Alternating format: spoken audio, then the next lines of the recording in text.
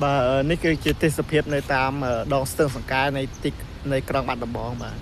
ขายคือจะขายไงจิ้มไปขายปีคือปีละตักสระ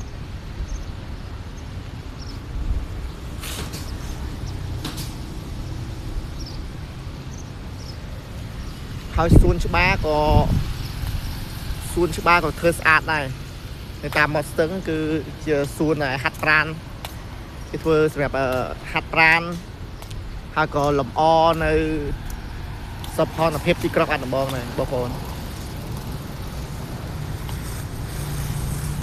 ในกรอบอันดับบองนี่คือสำหรับการรุ่นนี่คือพาสกับเพปแต่สะคือมีมอสเตอร์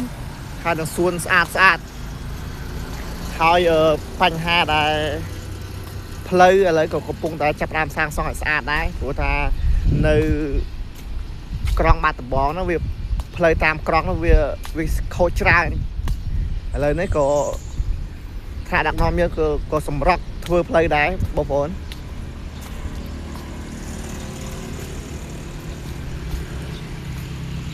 บา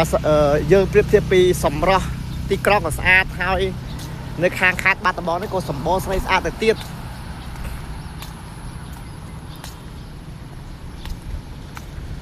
บัตรบองในมวยให้หนังกระตงชามในมวย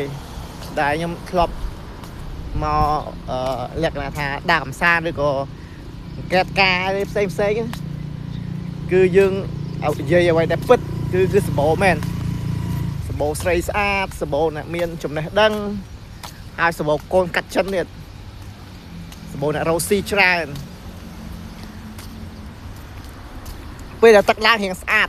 ตักสวยเนี่ยดูสะอาดเลยhai co sờ bò từ đâu sập mình ti xanh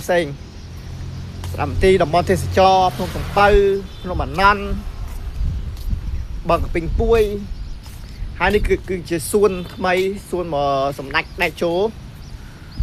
មានកន្លែងហាត់ប្រាណហើយក៏មាននោះចិត្តដល់ហើយគឺនិយាយពីប្រវត្តិតស៊ូរបស់សម្ដេចសួនច្បារឥឡូវគឺដាក់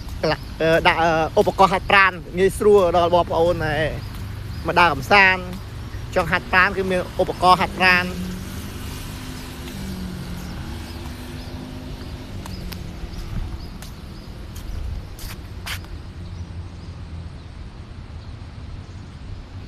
នេះ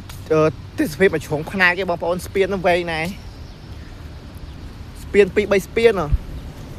បើខាងនោះក៏ស្អាតជាងហ្នឹងទៀតតែខ្ញុំថតតាស្ពាននៅចិត្តស្តាគេវីឆៃហើយនឹងក្លាស៊ីស្ថាគេក្លាស៊ីខាងនោះបងប្អូននៅពីមុខស្ពានហ្មងអាធំជាងគេនោះ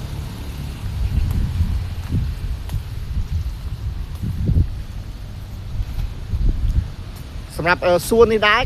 គឺមានដាំឈើលម្អ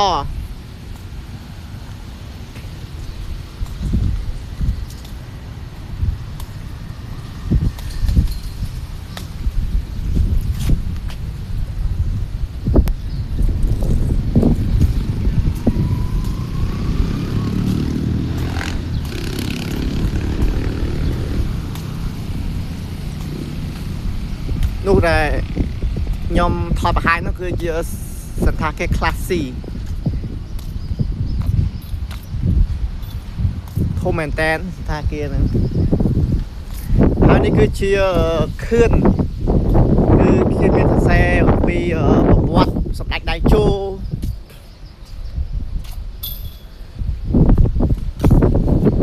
គេសរសេរអំពីទស្សនៈប្រវត្តិសាស្ត្រខាងខ្មែរមកខាងអង់គ្លេសហើយមានការរូបតស៊ូរបស់សម្ដេចតាំងពីក្មេងនៅវត្តនៅអីតស៊ូរំដោះប្រទេសជាតិអីផ្សេងនោះរូបការាគេសម្ដេចរូបពាក់វ៉ាន់តាគឺសម្ដេចហើយនឹងអេសរៈជនយើងតស៊ូពីសម័យប៉ុលពត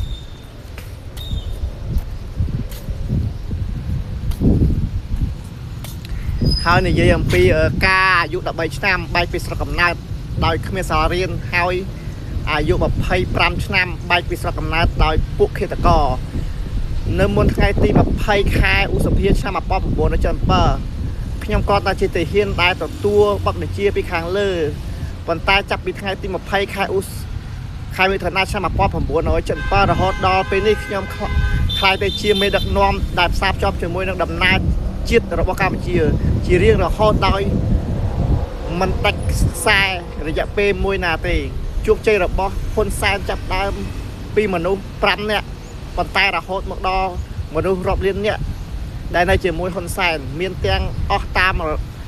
របៀបរក្សាចាស់បង្កើតថ្មីសម្ដេចដែលចូលហ៊ុនសែនគឺ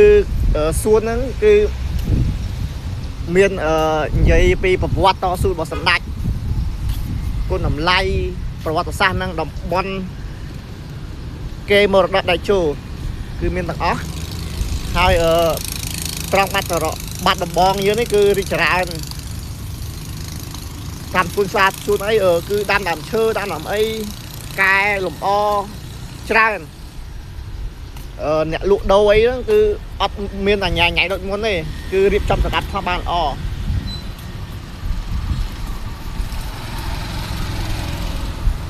ក្របបាត់ដំបងជលភីទីក្រុងស្អាតឆ្នាំ2022ដល់25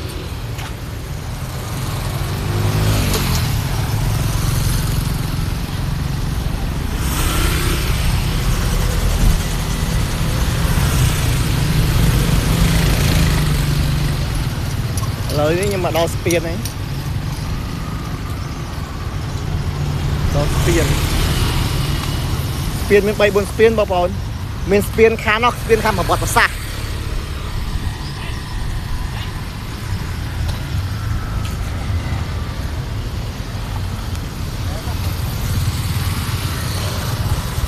មានឯករាជ្យដូចនៅទីក្រុងភ្នំពេញដែរនៅខាងស្ពានមួយខាងទៀតនេះខ្ញុំថតពីស្ពានទៅអត់សូវច្បាស់ទេបងប្អូនទឹកទន្លេ